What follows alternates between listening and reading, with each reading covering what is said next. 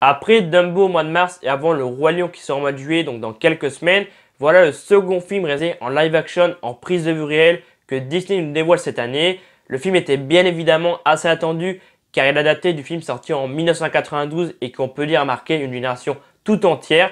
Et alors, que vaut cette adaptation en live action d'Aladdin? Franchement, je m'attendais à rien du tout. Avant d'avoir le film au cinéma, j'étais en mode, bon, bah on va voir Aladdin, on va bien voir ce que ça va donner. Mais à mon avis, ça va pas être incroyable, ça va pas être ouf. Parce que je l'attendais beaucoup moins que Dumbo. Par exemple, Dumbo sorti au mois de mars, quand le premier trailer est sorti, et vraiment, j'avais beaucoup aimé. J'étais là en mode, waouh, c'est magnifique, Dumbo est magnifique, ça a l'air hyper bien fait. Vraiment, j'avais hâte de voir le film. Alors que Aladdin, quand le premier trailer est sorti, j'étais en mode, ouais, ça a l'air pas mal, mais je sais pas, le film me donnait beaucoup moins envie. Mais j'ai quand même été le voir parce que je trouve ça vraiment incroyable de faire des films en live action, en prise de vue réelle. On a eu, La Belle et la Bête, on a eu Cendrillon, on a eu Dumbo, on va voir Le Roi Lion prochainement. On a eu plein de films en prise de vue réelle, mais je trouve ça incroyable ce qu'on arrive à faire de nos jours, passer d'un dessin animé à des prises de vue réelles. Tu te dis que Le Roi Lion, dans quelques semaines, ouais, il sort au mois de juillet, donc dans quelques semaines quand je fais cette vidéo, tu dis que dans quelques semaines, on va avoir Le Roi Lion, un des films Disney les plus populaires au monde, en prise de vue réelle. C'est dingue. Qui aurait pu prévoir il y a plusieurs années quand le Roi Lion sortait au cinéma que quelques années après, 10-15 ans après, on aurait Le Roi Lion en prise de vue réelle. C'est incroyable. Bon, après, il y a pas mal de critiques négatives par rapport au méchant du film. Je sais plus comment il s'appelle. Il est pas très bien fait par rapport à des dessins animés. Mais c'est quand même incroyable ce qu'on a à faire de nos jours. Et pour revenir à Aladdin, bah franchement, je m'attendais pas à ça. J'ai plutôt bien aimé Aladdin. Le film raconte l'histoire d'Aladdin qui va tomber amoureux de la princesse Jasmine. Il va donc tenter de la séduire et va trouver dans une caverne un tapis, mais surtout une lampe où un génie qui était dedans depuis plusieurs années va lui proposer 3 vœux. Il décide comme premier vœu, comme premier choix, d'être prince pour accéder au palais de la princesse. Ça fait très longtemps que j'ai pas revu la version de 1992. J'ai dû la voir une fois ou deux quand j'étais gosse, mais vraiment je me rappelle très vaguement. J'ai limite oublié que cette version existait. Et j'ai vu sur internet, j'ai eu pas mal de critiques à vie, comme quoi apparemment c'est du copier-coller. C'est exactement la même chose mais en prise vue réelle. Donc comme quoi d'un côté, j'ai bien fait de ne pas revoir ce film de 1992 sur Aladdin, parce que ça se trouve j'aurais vu cette version, enfin j'aurais revu le film de 1992, j'aurais été là en mode ouais c'est pareil en fait, c'est du copier-coller. Et je pense que je vais la revoir cette version pour vraiment comparer le dessin animé de 1992 et le film en prise de vue réelle de 2019. Donc comme quoi d'un côté j'ai plutôt bien fait de ne pas revoir ce film de 1992 avant d'aller voir le Aladdin de 2019. Donc dans l'ensemble, oui, le film est réussi pour moi. J'ai passé un super bon moment. Je pensais pas que j'aimerais autant le film. Will Smith dans le rôle du génie est incroyable. Vraiment, il m'a bien fait rire. Mena Massoud, que je connaissais pas, vraiment, il m'a impressionné dans le rôle d'Aladdin. Je trouve qu'il se débrouille super bien dans le rôle d'Aladdin. Naomi Scott dans le rôle de la princesse Jasmine, elle est encore une fois impressionnante. Et j'ai beaucoup aimé quand elle chante sa chanson Speechless. J'arrive pas à le prononcer, mais vraiment, c'est pas une chanson qui est dans le premier, enfin dans le dessin animé Aladdin de 1992, c'est une chanson qu'ils ont fait spécialement pour le film, et je trouve que ce moment vraiment il est incroyable. Même les musiques, quel plaisir de entendre les musiques, vraiment c'est waouh quoi, de entendre les musiques plusieurs années après, c'est incroyable. Les chorégraphies aussi ils sont magnifiques et vraiment hyper bien réussis.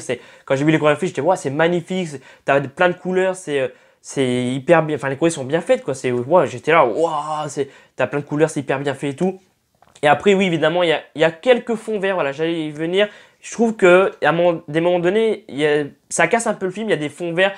Au début du film, si je ne me trompe pas, on a Aladdin et la princesse Jasmine qui sont donc, ou Aladdin dehors. Et tu vois le palais derrière, et je trouvais que c'était un peu à fond vert. Voilà, après, c'est comme ça. Maintenant, tous les films, il y a des fonds verts. On peut pas non plus recréer un truc comme Aladdin, ou dans Avengers Endgame, on peut pas créer des trucs comme ça. Mais voilà, des fois ça se voit, des fois ça se voit pas. Et là, je trouve que dans Aladdin, ça se voyait. Mais ouais, plutôt bon moment. Je pensais pas que j'aimerais autant, comme j'ai dit en début de vidéo.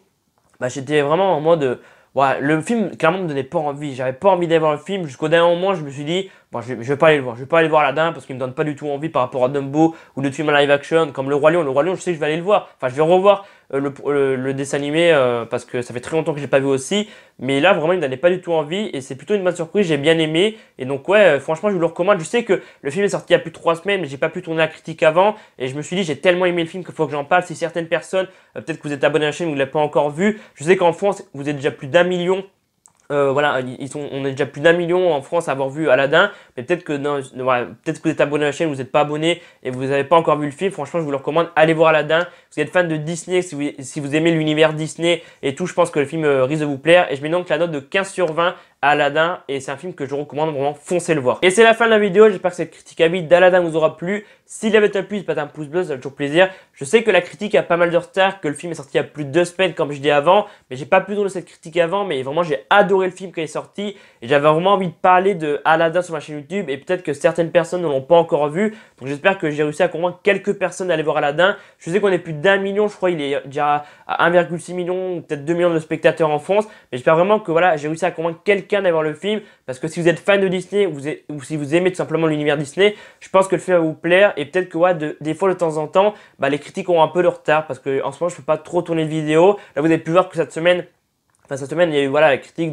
d'Aladdin, de Godzilla, de X-Men Dark Phoenix et de Ma, mais des fois il y a certaines vidéos qui pourraient avoir du retard parce que je ne peux pas tourner la vidéo, mais vraiment si j'ai envie d'en parler, j'en parlerai, même si c'est 2 semaines ou 3 semaines après, bon pas non plus 2 mois, faut pas abuser, je vais pas sortir une critique cinéma 2 mois après la sortie au cinéma, voilà 2-3 semaines de retard, des fois ça pourrait arriver, mais j'espère vraiment que cette critique qui dure, voilà normalement, on va dire 4, 5, 6 minutes, pas non plus 10 minutes, parce que je voulais pas faire trop long vu que le film est sorti il y a déjà pas mal de temps, vous aura plu. Et moi, donc, je vous dis à dans quelques jours pour d'autres critiques cinéma et d'autres projets. C'était Alban F. Salut!